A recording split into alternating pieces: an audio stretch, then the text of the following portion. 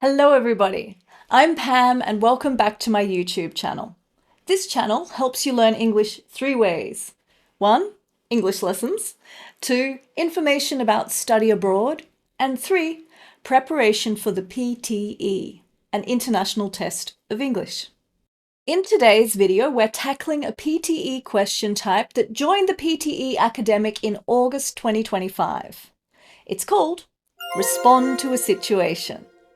Now, this is a brand new question type, and by the end of this video, you'll have a clear strategy, a flexible template, a sample answer, self-study tips, and a side-by-side example of a good versus bad response.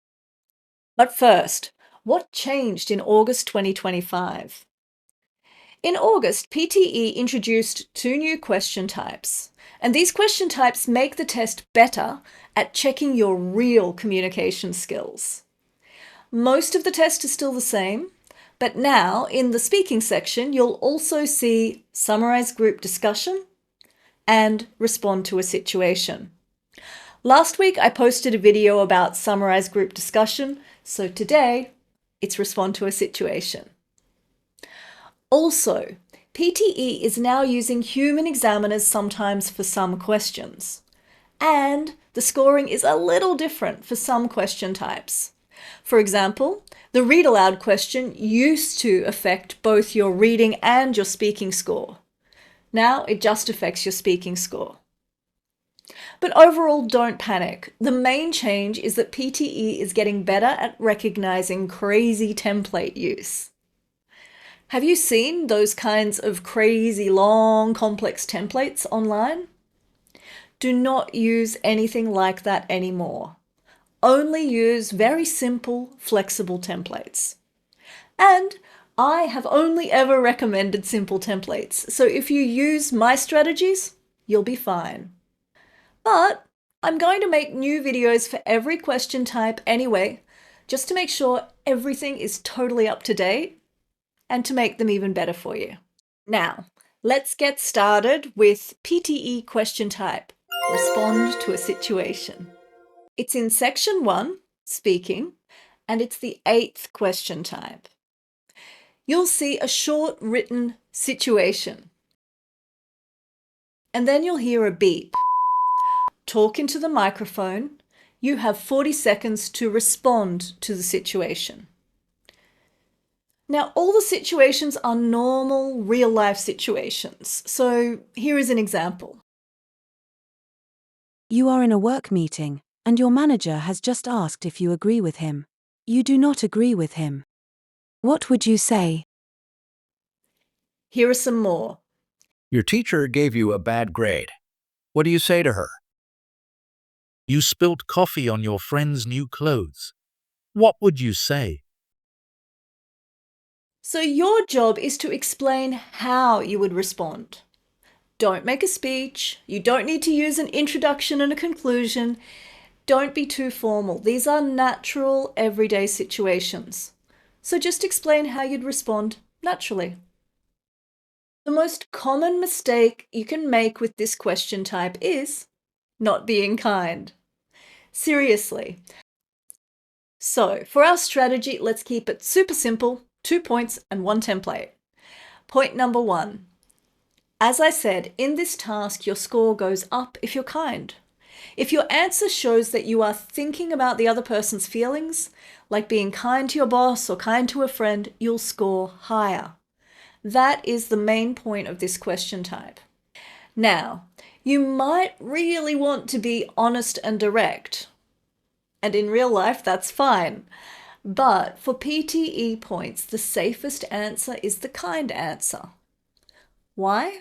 Well, firstly, kind language is more complex than direct language, so it will show more advanced language use. Secondly, PTE says they are testing if your language is appropriate. And remember, appropriate equals kind. Point number 2. Now, this is a simple grammar point.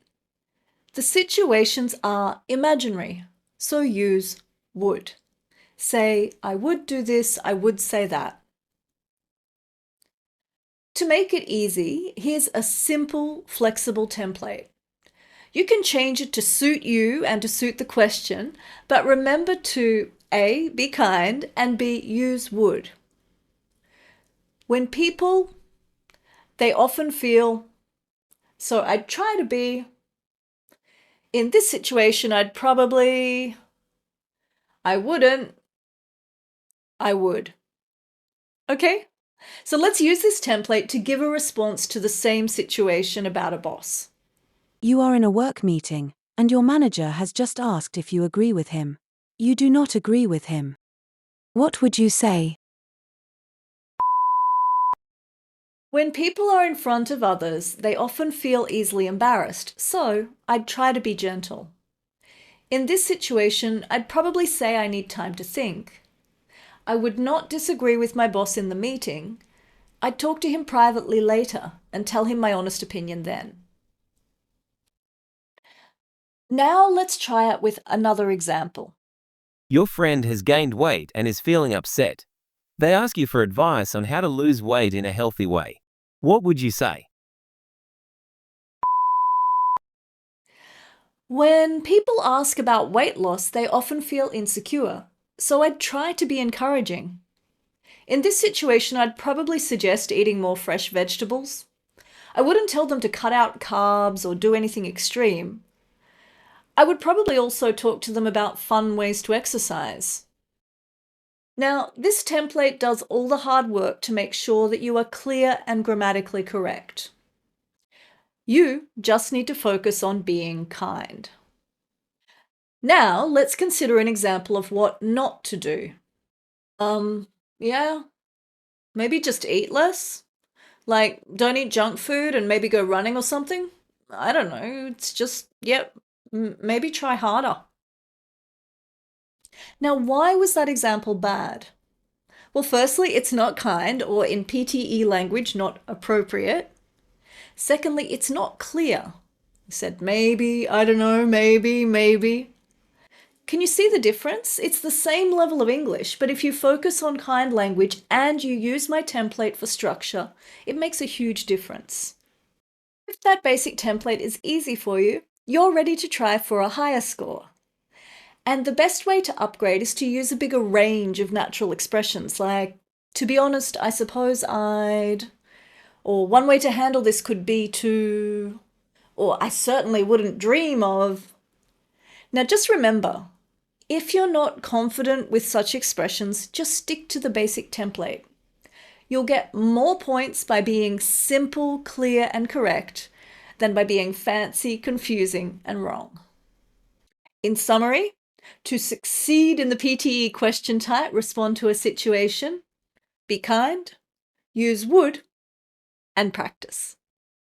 If today's lesson helped you, please click subscribe.